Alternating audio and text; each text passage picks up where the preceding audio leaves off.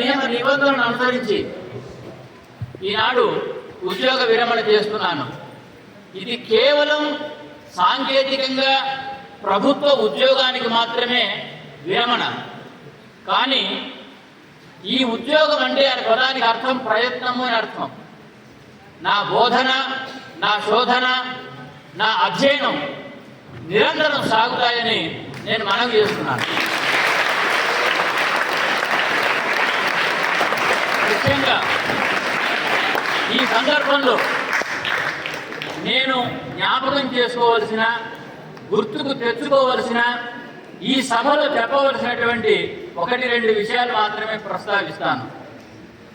నేను 3వ తరగతిలో ఉన్నప్పుడు మా అమ్మని చాలా కష్టపెట్టాను. నేను బడికి వెళ్ళనని చాలా మారం చేసేవాడిని. అలాంటి పరిస్థితులలో మా అమ్మ నన్ను దండించి, తల్లి కదా దండించడం కూడా కష్టమే, మా పక్క ఇంటి వాళ్ళు మా అమ్మ పడుతున్నటువంటి పోరును చూసి భరించలేక నా పైన 1-2 సార్లు చేయి చేసుకుని తుంగతుర్తిలో డాక్టర్ కె రమేష్ గారికి తెలుసు, నా పుట్టుపూర్వోత్తరాలు తెలిసిన వ్యక్తులు ఇద్దరు ఇక్కడ, డాక్టర్ కె రమేష్ గారు, మోత్కూరు నరహరి గారు. నేను పుట్టినటువంటి స్థలాన్ని కూడా చూసినటువంటి వాళ్ళు. మా తెలంగాణలో అంటారు నా మాయ ముందు తెలిసినటువంటి వాళ్ళు అని. కాబట్టి ఆ రకంగా నేను తుంగతుర్తిలో ఉన్నప్పుడు నేను కేవలం ప్రాథమిక విద్యాభ్యాసం మాత్రమే చేశాను. ఆనాడు తీవ్రమైనటువంటి కరువు కాటకాలు, దోపిడీ వ్యవస్థ, పీడన సూర్యాపేట జిల్లాలో చాలా విస్తృతంగా ఉండేది. నా బాల్యమైన కొన్ని ముద్రలు అక్కడ ఉన్నాయి. అక్కడి నుండి నేను 1974-75లో వరంగల్ జిల్లా పాలకుర్తికి వలస వచ్చాం. వలస వచ్చిన తరువాత పాలకుర్తి నాకు ఇచ్చినటువంటి చైతన్యం, మహాకవి పాల్కురికి సోమనాథుడు, అక్కడ ఉన్నటువంటి బొమ్మెర పోతన. నేను ఇంతకుముందు మిత్రులు చెప్పారు, నేను 2000 సంవత్సరంలో 1995లో నేను సభలు సమావేశాలు చేస్తూ ఉన్నప్పుడు అక్కడ చాలామంది అనేవాళ్ళు, సార్ మీరు ఇంత కష్టపడి ఏడాదికో 1-2 సార్లు మా ఊరికి వస్తారు, మా ఊళ్ళో సభ పెడతారు, మన ఊళ్ళు బాగుపడతాయా అని. కానీ ఇవాళ 2024 31 ఆగస్టు నాడు మీకు చెప్తున్నాను, ప్రభుత్వం 27 కోట్ల రూపాయలు కేటాయించి పాలకుర్తి బొమ్మెరను అభివృద్ధి చేసింది.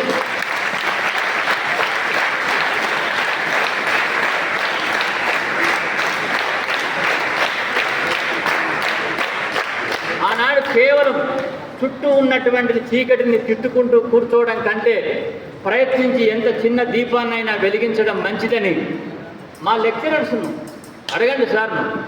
93-94లో మరి ఎవరు వస్తారు? మా పల్లెటూరు ఎర్ర బస్ ఎక్కి రావాలి. నేను సార్ను తీసుకొని వెళ్ళాను 93-94లో.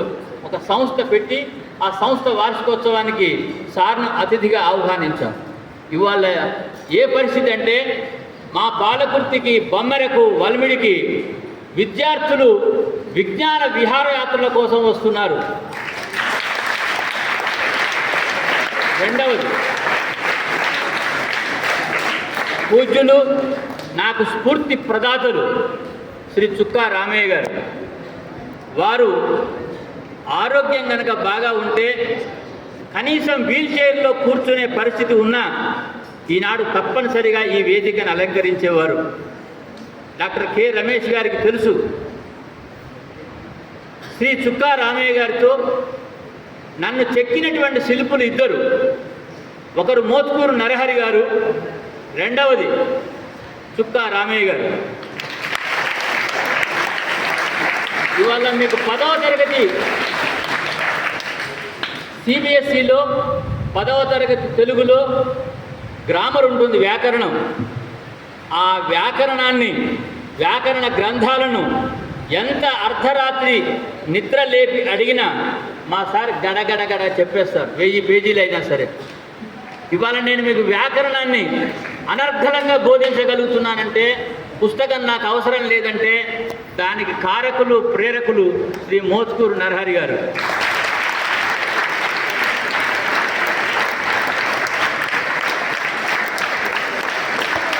10వ తరగతి విద్యార్థులకు తెలుసు. సంధులు, సమాసాలు, అలంకారాలు, ఛందస్సులు ఇవన్నీ నాకు నేర్పించినటువంటి గురువులు శ్రీ నరహరి గారు. నా ఆర్థిక పరిస్థితులనండి, నా సామాజిక నేపథ్యం అనండి, నేను 20 ఏళ్ల వయసులో నేను టీచర్ని కావాల్సి వచ్చింది. నేను 1984 జూన్లో నేను పాఠాలు చెప్పడం మొదలుపెట్టాను. ఒక ప్రైమరీ స్కూల్లో చెప్పాను, ఒక అప్పర్ ప్రైమరీ స్కూల్లో చెప్పాను. 86 వచ్చేసరికి నేను 1986లో 10th క్లాస్ బి సెక్షన్కి క్లాస్ టీచర్ను హైదరాబాద్లో. అంటే మీరు ఆలోచించండి, మీ తల్లిదండ్రుల వయసు కూడా తక్కువే. ఆ రకంగా నాకు ఉదయం పూట పాఠాలు చెప్పినప్పుడు ఏవైనా సందేహాలు కడిగితే నేను వెంటనే సాయంకాలం వెళ్ళి, నాకు కల్పతరువులు లాంటి గురువులు ఉన్నారు కాబట్టి నాకు ఎలాంటి కరువు ఉండేది కాదు. అవి నిండు చెరువులు. ఆ రకంగా నాకు జ్ఞానాన్ని అందించారు. ఇప్పటికీ మీరు నమ్మండి, 40 సంవత్సరాలైంది నేను సార్ దగ్గర కలిసి. ఇప్పటికీ నాకు ఏదైనా సందేహం వస్తే రాత్రి 11ంటికి ఖచ్చితంగా ఫోన్ చేసి ఆ సందేహాన్ని తీర్చుకుంటాను. కాబట్టి దాన్ని ఏమంటారు మీరు, మూవింగ్ లైబ్రరీరా, మొబైల్ లైబ్రరీరా లేదా అంటారు. నాకు సారు ఒక విజ్ఞాన సర్వస్వం, ఒక ఎన్సైక్లోపీడియా. ఆ రకంగా నాకు సారు ఎంతో విజ్ఞానాన్ని అందుకోసమే నేను ఈనాడు తపన పడ్డాను సార్ తప్పకుండా రావాలని. అదేవిధంగా ఉద్యోగ ధర్మంలో నేను ఖమ్మంలో పనిచేస్తున్నప్పుడు డాక్టర్ కె రమేష్ గారు 21వ శతాబ్దంలో విద్యాలయాన్ని ఎలా నడపాలో తెలిసినటువంటి విశిష్ట వ్యక్తి, ఒక అద్భుతమైనటువంటి పరిపాలనా దక్షుడు, విజన్ ఉన్నటువంటి వాడు. బహుశా ఇప్పుడు నాకు తెలియదు కానీ ఇప్పటికీ ఏదో ఒక ఎంఏ పరీక్షలు రాస్తూ ఉంటాడు సారు. దాదాపు 10 ఎంఏలు కంప్లీట్ చేశాడు సార్. మధ్యాహ్నం పూట అడిగేది, సార్ ఎక్కడికి వెళ్తున్నారంటే, శ్యామ్ నాకు ఎగ్జామ్ ఉంది. ఇప్పుడేం ఎగ్జామ్ సార్? పిల్లలు రాయాలి ఎగ్జామ్. మీరేమిటంటే 4 ఎంఏలు అయిపోయినాయి, 5 ఎంఏలు అయిపోయినాయి. ఎంఏ ఉమెన్ రైట్స్లో ఎక్కడికి ఎన్ని ఎంఏలు చేశాడో సార్. ఒక విజ్ఞాన సర్వస్వం రమేష్ గారు. కొత్త తరాన్ని, కొత్త సమాజాన్ని, సాంకేతిక విద్యా నైపుణ్యాన్ని మొట్టమొదటిసారిగా ఖమ్మంలో పరిచయం చేసినటువంటి వ్యక్తి డాక్టర్ కె రమేష్ గారు. డాక్టర్ కె రమేష్ గారు ఒకరోజు, శ్యామ్ ఈరోజు సాయంత్రం మనం ఖమ్మం వెళ్ళాలి, నువ్వు తయారుగా ఉన్నాను. ఎందుకు సార్ అన్నాను. అంటే సారుండి, లేదయ్యా ఇవాళ సుద్దాల అశోక్ తేజ వస్తున్నాడు, మనం వెళ్ళి ఆ ప్రోగ్రాం చూడాలి అని. అయితే మా ఖమ్మం నవోదయకు ఒక ప్రత్యేకత ఉంది, హైవే మా విద్యాలయం ముందు నుంచే వెళ్తుంది. అయితే నేనన్నాను, ఎందుకు సార్? ఆ సుద్దాల అశోక్ తేజాన్ని మన విద్యాలయానికి రప్పిస్తాం. వస్తాడా శ్యామ్ అన్నాడు. చూడండి సార్ మన ప్రయత్నం, అయితే లైన్ కలపమన్నాడు నన్ను. ఆ రోజు సాయంకాలం పూట ఆయనకు వాస్తవానికి ₹1,00,000 పర్స్ ఖమ్మంలో సమావేశం ఏర్పాటు చేస్తున్నారు. సమావేశం ఏర్పాటు చేసి ఆయన ఆహ్వానించారు. మధ్యలో నేను సుద్దాల అశోక్ తేజాన్ని కిడ్నాప్ చేశాను. కిడ్నాప్ ఇన్ ద సెన్స్, పిల్లల యొక్క ప్రేమ అభిమానాలతో, నాకు తెలిసిన పరిచయాలతో మాకు ఖర్చు అయింది ఏమిటంటే టీ బిస్కెట్స్. గంట సేపు అనర్ఘలంగా ఆయన పాటలు పాడుతూ విద్యార్థులను ఉర్రూతొలగించాడు. ఒకరోజు నరహరి గారు ఖమ్మం సదస్సుకు వెళ్తున్నారు. పత్రికలో వార్త వచ్చింది, మా గురువుగారు మమ్మల్ని దాటి ఎలా వెళ్తారు మా విద్యార్థులను ఆశీర్వదించకుండా అని. ఆ రకంగా ఆపడం జరిగింది. శ్రీశ్రీ గారి భార్య, ఆమె ఒకరోజు శ్రీశ్రీ విగ్రహాన్ని ఆవిష్కరించినప్పుడు కూసుమంచులో ఆపి ఆమెతోటి మాట్లాడించడం జరిగింది. ఈ రకంగా ఎంతోమంది, ఇవన్నీ కూడా ఆనాటి అడ్మినిస్ట్రేటర్స్ నాకు ఇచ్చినటువంటి స్వేచ్ఛ, నన్ను నమ్మినటువంటి విధానం, ఆ పద్ధతులు. నేషనల్ వాలీబాల్స్ కండక్ట్ చేశాం మేము మన ఖమ్మంలో. చేసినప్పుడు నేను సార్తో అన్నాను, సార్ ఇది చాలా పెద్ద ప్రోగ్రాం, ఒక 7-8 మంది ప్రిన్సిపల్ని డిప్యూటీ చేయించండి, మనకు బాగా ఉంటుందంటే. ఎందుకు శ్యామ్ మనం చేయలేమా అన్నాడు. అంత ఆత్మవిశ్వాసంతో అద్భుతంగా నిర్వహించాడు జాతీయ క్రీడల్ని. అంతేకాదు ఆలోచనల్ని పంచుకునేవాళ్ళు. మరి ఈ నేషనల్ మీట్ను ఎవరు ప్రారంభించాలి అంటే ఒక పద్మశ్రీ అవార్డు అయితే బాగుంటుంది అనుకున్నాం. ఆ సమయంలో కోనేరు హంపిని సంప్రదిస్తే వాళ్ళంతా ఇప్పుడు ప్లేయర్స్ అని పేరే, కానీ వాళ్ళంతా కూడా ఏదో కంపెనీ తరఫున వాళ్ళు చేస్తారు. కొన్ని లక్షల రూపాయలు అడిగారు. మేము చర్చ చేస్తున్నప్పుడు నాకు గుర్తొచ్చింది, సార్ మనకు అర్జున్ అవార్డు ఇచ్చే తెలుసు. మనకు కారు ఏర్పాటు చేస్తే వరంగల్ నుంచి తప్పకుండా వస్తుంది. 98 ఏళ్ళ వయసులో ఆ పిచ్చే నాకు కారు కూడా అవసరం లేదు, మీరు ఇంత ప్రేమతో పిలుస్తున్నారు. అర్జున్ అవార్డు బాల్ బ్యాడ్మింటన్ ఎదుటి కోర్టులో పావలా పిల్ల పెడితే ఇక్కడి నుంచి కొట్టేవాడు ఆయన. అంత అద్భుతమైనటువంటి క్రీడాకారుడు. ఆ పద్మశ్రీ అవార్డు ఆయన తీసుకొని వచ్చాం. ఆ రకంగా ఎన్నో కార్యక్రమాలు. కరీంనగర్ చరిత్ర ఒక చైతన్యం అని చెప్పవచ్చు. కరీంనగర్లో జనార్దన్ రెడ్డి గారు, ఆయనకు చెండ శాసనుడు అని పేరు ప్రిన్సిపాల్కి. అటువంటి జనార్దన్ రెడ్డి గారి దగ్గర 10 సంవత్సరాలు పనిచేశాను. ఈ రకంగా ఎంతోమంది ప్రిన్సిపల్స్. అదేవిధంగా నాకు ట్రాన్స్ఫర్ అయినప్పుడు అవకాశం ఉండింది, నేను కరీంనగర్లో పనిచేయవచ్చు, అదేవిధంగా నేను పనిచేసిన ఖమ్మంలో పనిచేయవచ్చు. కానీ నేను కొత్త విద్యార్థులతోటి, కొత్త తల్లిదండ్రులతోటి మన పరిచయం పెంచుకోవాలి, కొత్త జిల్లాలతో పరిచయం పెంచుకోవాలనే కోరికతోనే నేను ఈ నిజాం సాగర్కు రావడం జరిగింది. సమస్తీపూర్ కూడా నాకు చాలా అన్ని రకాలుగా అనుకూలంగా ఉంది. కానీ కొత్త విద్యార్థులతో, కొత్త తల్లిదండ్రులతో, కొత్త సమాజంతో మళ్ళీ మనకు పరిచయం పెంచుకోవాలి. మనకు నిజామాబాద్ జిల్లా కూడా తెలుస్తుంది. నేను అతిథులను ఆహ్వానించినప్పుడల్లా ఒక మాట చెప్తాను, సార్ మీరు వేరే స్కూళ్ళకు వెళ్ళడం కాదు, మా నవోదయ కనుక వచ్చినట్టయితే మీరు మొత్తం జిల్లా విద్యార్థులను మీరు అడ్రస్ చేసినట్టు. మిగతా విద్యాలయకు అది ఉండదు. కామారెడ్డి స్కూల్కి వెళ్తే కామారెడ్డి పిల్లలే ఉంటారు. నవోదయకు వస్తే ఆ రకంగా మొత్తం జిల్లా స్వరూపం అంతా కూడా ఎక్కడెక్కడి నుంచో మారుమూల ప్రాంతాల నుంచి, అన్ని మండలాల నుంచి ప్రాతినిధ్యం వహిస్తూ ఉంటారు. నవోదయ నాకు ఎన్నో అవకాశాలు కల్పించింది. ప్రిన్సిపాల్స్ నన్ను ఎంతగానో ప్రోత్సహించినారు. ఉత్తర భారతదేశంలో కానీ దక్షిణ భారతదేశంలో కానీ నన్ను ప్రోత్సహించారు. అదేవిధంగా నా మిత్రులు నన్ను చాలా విద్యా విషయంగా నన్ను ప్రోత్సహించినారు. సమయం దొరికితే నేను వ్యాసాలు రాయడానికి కానీ, నా పిహెచ్డి చేయడానికి కానీ ఇవన్నీ కూడా నాకు అవకాశాలు కలిగినాయి. ఈ రకంగా నా జీవిత ప్రస్థానంలో నేను ఈ విధంగా ముందుకు సాగటానికి నా కుటుంబం అందించినటువంటి సహాయ సహకారాలు కూడా మీ ముందు చెప్పకపోతే అది చాలా తప్పు. నేను 6 గంటలకు లేవాలంటే నా భార్య 5 గంటలకు లేస్తుంది. ఇప్పటికైనా మీకు 7 గంటలకు సార్ క్లాస్ అసెంబ్లీకి రాగలుగుతున్నానంటే, 7 గంటలకు నేను అసెంబ్లీలో ఉండగలుగుతున్నానంటే ఇంట్లో నాకు ఈ వ్యవస్థ అంతా ఏర్పాటు చేసేటువంటి నా శ్రీమతి, నాకు నా తల్లిదండ్రులు ఏ విధంగానో మా అత్తామామలు కూడా నాకు అదే విధంగా నేను వాళ్ళని భావిస్తాను. వాళ్ళు కూడా నన్ను అదే రకంగా చూస్తారు. వాళ్ళ పిల్లలకు బట్టలు తీసుకున్నప్పుడల్లా నాకు కూడా తీసుకుంటారు. మేము బాబులో కొనుక్కుంటాం కదా అనుకుంటే అలా కాదు. ఆ రకంగా ప్రస్తుతం మా మామగారు లేరు, శ్రీనివాసరావు గారు. కానీ వారి పట్ల నేను చాలా కృతజ్ఞతాభావాన్ని వ్యక్తం చేస్తూ ఉన్నాను. ముఖ్యంగా నేను ఉత్తర భారతదేశం బదిలీ అయినప్పుడు, పిల్లల చదువులు కొంచెం ఇబ్బంది కలిగినప్పుడు వాళ్ళు వెంట ఉండి ఇవన్నీ కూడా చూశారు. ఆ తర్వాత నిజాం సాగర్ వచ్చిన తర్వాత మన విద్యాలయకు అదే రోజు ఇప్పుడే హరివరప్రసాద్ గారు చెప్పారు, ఈ విద్యాలయంలో కొన్ని చారిత్రాత్మకమైన సంఘటనలు జరిగినాయి. ఒకటి, ఈ జిల్లాలో బహుశా ఏ నవోదయ పాఠశాలలో జరగని విధంగా బతుకమ్మ ఉత్సవాలు చాలా ఘనంగా జరిగాయి. పిల్లలకు గుర్తుండి ఉంటుంది. రెండవది, తెలంగాణ జిల్లాలన్నీ కలిపి ఇక్కడ సాంస్కృతిక సమ్మేళనం మనం ఏర్పాటు చేశాం. కల్చరల్ మీట్ అంటారు. ఆ తెలంగాణ జిల్లాలు ఇక్కడ అద్భుతమైనటువంటి ప్రదర్శన ఇచ్చాయి.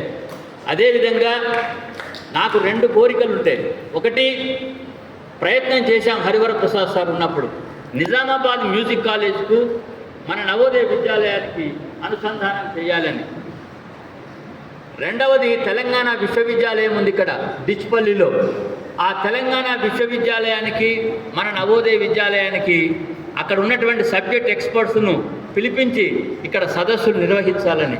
ఈ రకంగా విద్యాలయ యొక్క అభివృద్ధి కోసం ఎంతో నా శక్తి మేరకు, నా పరిధి మేరకు, నా స్థాయి మేరకు నేను ప్రయత్నం చేశాననే మీకు చిత్తశుద్ధితో తెలియజేస్తూ ఉన్నాను. ఈనాడు ఈ పదవీ విరమణ ఉత్సవం నా పిల్లలు కూడా చాలామంది, బహుశా నేను పిల్లల్ని, నా విద్యార్థుల్ని నేను చాలా ప్రేమగా చూశాను కాబట్టే భగవంతుడు నా పిల్లల్ని ఆశీర్వదించాడనే నేను అనుకుంటాను. అంతే తప్ప నేను చేసింది ఏమీ లేదు. వాళ్ళ చదువు సంఖ్యలైనా, ఉద్యోగాలైనా వాళ్ళ పెళ్లి సంబంధాలు కూడా అలాగే వచ్చాయి. చాలామంది పెళ్లి సంబంధాలంటే చాలా ఎంతో ప్రయత్నం చేయవలసి ఉంటుంది. నాకెందుకు అది అలవోకగా మంచినీళ్ళు తాగిన ప్రాయంగా ఇద్దరు పెళ్ళిళ్ళు 6 మాసాల తేడాతో చేయగలిగినాను. సాయి సృజన్, ఈ అబ్బాయి ఇప్పుడు మాట్లాడినట్టు ముందు, ఇతడు మా అబ్బాయి. మా కోడలు శృతి, ఇద్దరు కూడా సాఫ్ట్వేర్లో పనిచేస్తారు.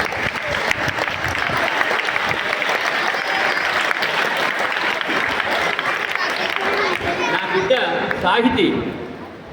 నాకు సాహిత్యం అంటే ఇష్టం కనుక సాహిత్యాన్ని పేరు పెట్టుకున్నాను. ఆ అమ్మాయి కూడా కంపెనీలో పనిచేస్తుంది. అదేవిధంగా మా అల్లుడు ఎలక్ట్రిక్ అండ్ ఎలక్ట్రానిక్స్లో డాక్టర్ ప్రమోద్ బెంగళూరులో ఉంటారు. నా కొడుకు, కోడలు, నా బిడ్డ, నా అల్లుడు, ఈ నలుగురు బెంగళూరులోనే ఉంటారు. అదేవిధంగా మా తమ్ముడు, ఇప్పుడే రామ్మోహన్ చెప్పాడు, నేను రాముణ్ణి కాదు కానీ మా తమ్ముడు మాత్రం లక్ష్మణుడు.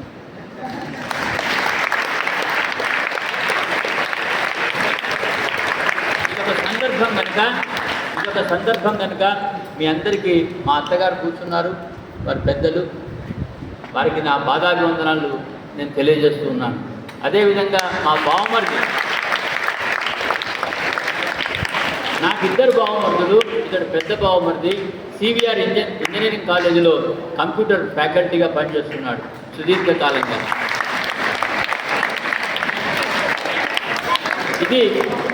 ఇది నా కుటుంబ ప్రపంచం.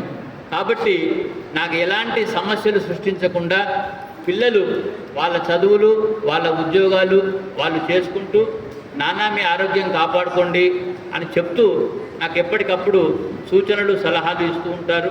ఆ రకంగా భగవంతుడు వాళ్ళకి ఆశీస్సులు కలిగించాలని కోరుతూ, నేను ముఖ్యంగా అన్నిటికంటే నా స్టూడెంట్స్, నా నవోదయ స్టూడెంట్స్, ఇన్ని నవోదయ విద్యాలయాలు ఉన్నాయి కదా, 653 పైన, ఏ విద్యాలయం నుంచైనా ఒక విశ్వనాథన్ ఆనందన్ వచ్చినా, లేకపోతే ఒక అబ్దుల్ కలాం వచ్చినా, ఒక అమర్త్య సేన్ వచ్చినా, ఒక ఐఐటి రామయ్య వచ్చినా, ఆ విద్యాలయాలకు నవోదయ విద్యాలయ సమితి కేంద్ర ప్రభుత్వం ఇంతకాలం ఖర్చు పెట్టినటువంటి ఖర్చు అది సార్థకమవుతుందని నేను భావిస్తున్నాను. ఐఏఎస్లు, ఐపీఎస్లు చాలామంది వచ్చారు, కానీ మన దేశానికి, మన సమాజానికి వజ్రాలు లాంటి, రత్నాలు లాంటి విద్యార్థులు రావాలని కోరుకుంటూ, భగవంతుడు మీ అందరూ మంచి క్రమశిక్షణతో విద్యా వ్యాసంగాన్ని కొనసాగించాలని, విజ్ఞానవంతులై దేశానికి, సమాజానికి సేవ చేయాలని. నేను కేవలం ఈ అలంకారాలు, ఈ కట్నాలు, కానుకలు, గిఫ్ట్లు ఇవన్నీ సాంకేతికమైనవి. నేను మీకు పాఠాలు చెప్పినప్పుడు ఏ విలువలు చెప్పాను, నేను నరహరి గారు మా గురువు గారు ఉన్నారు కాబట్టి, మీరు పాఠాలు చెప్పినప్పుడు మాకు ఏ విలువలు బోధించారో, చుక్కారామయ్య గారు ఏ విలువలు బోధించారో ఆ విలువల్ని పాటిస్తూ మేము పాఠాలు చెప్పాము. అది 33 ఏళ్ల సర్వీసులో, నా 33 ఏళ్ల సర్వీసులో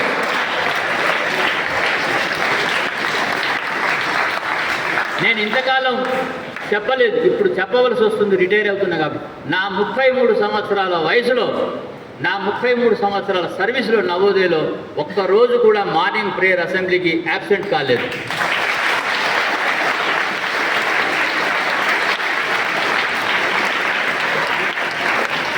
అది నేను గిరిగీసుకున్నాను. నేను సెలవన్నా పెట్టాలి, నేను బయట ఏదైనా డ్యూటీ మీదనన్నా వెళ్ళాలి, అంతే. ఖచ్చితంగా డ్యూటీ అటెండ్ కావాల్సి, ఎందుకంటే నాకు 40 మంది పిల్లలు హాస్టల్లో ఉంటారు. నేను రాకుండా నా పిల్లల్ని రమ్మని చెప్పేటువంటి హక్కు నాకు లేదు. కాబట్టి విద్యార్థులారా, వచ్చేటువంటి ప్రపంచం పోటీ ప్రపంచం. కాబట్టి ఈ పోటీ ప్రపంచంలో మీరు నెగ్గాలంటే మీరు ఎంతో కాంపిటీటివ్ స్టూడెంట్స్. ఇవాళ మీ ఊరితో, మీ జిల్లాతో కాదు, ప్రపంచంతో పోటీ పడవలసినటువంటి పరిస్థితి ఉంది. కాబట్టి అలాంటి ప్రపంచంతో పోటీ పడాలంటే ఎప్పటికప్పుడు మన ప్రతిభను మనం మెరుగుదిద్దుకుంటూ ఉండాలి. ముఖ్యంగా నవోదయ ఉద్యోగ సిబ్బందికి మనందరికీ తెలుసు, మనకు బాధ్యతలు ఉన్నాయి కానీ భద్రత లేదు, ఆర్థిక భద్రత లేదు. కాబట్టి అలాంటి ఆర్థిక భద్రత కూడా భవిష్యత్తులో మన నవోదయ కుటుంబానికి కలగాలని ఆశిస్తూ ఈనాడు ఇంతసేపు ఈ కార్యక్రమానికి విచ్చేసి నన్ను ఆశీర్వదించి నన్ను అభినందించి నన్ను ప్రోత్సహించినటువంటి పెద్దలందరికీ పేరు పేరు నా నమస్కారాలు తెలియజేస్తూ ఇంతసేపు ఈ కార్యక్రమంలో ఏమాత్రం కూడా అలసట చెందకుండా అతిథులకు ఎలాంటి భావాన్ని కలిగనీయకుండా ఒక అద్భుతమైనటువంటి శ్రోతలుగా ఈ సభలో కూర్చున్నటువంటి మీ అందరికీ, నా ఉపాధ్యాయ మిత్రులందరికీ, అదేవిధంగా విచ్చేసినటువంటి కుటుంబ సభ్యులకు, అదేవిధంగా మన నవోదయ కుటుంబ సభ్యులకు అందరికీ, ఈ సభలో ఉన్నటువంటి ప్రతి ఒక్కరికి ప్రత్యక్షంగా పరోక్షంగా ఈ కార్యక్రమం జయప్రదం కావడానికి సహకరించినటువంటి మీ అందరికీ పేరు పేరున నేను నా నమస్కారాలు, ధన్యవాదాలు తెలియజేస్తూ సెలవు.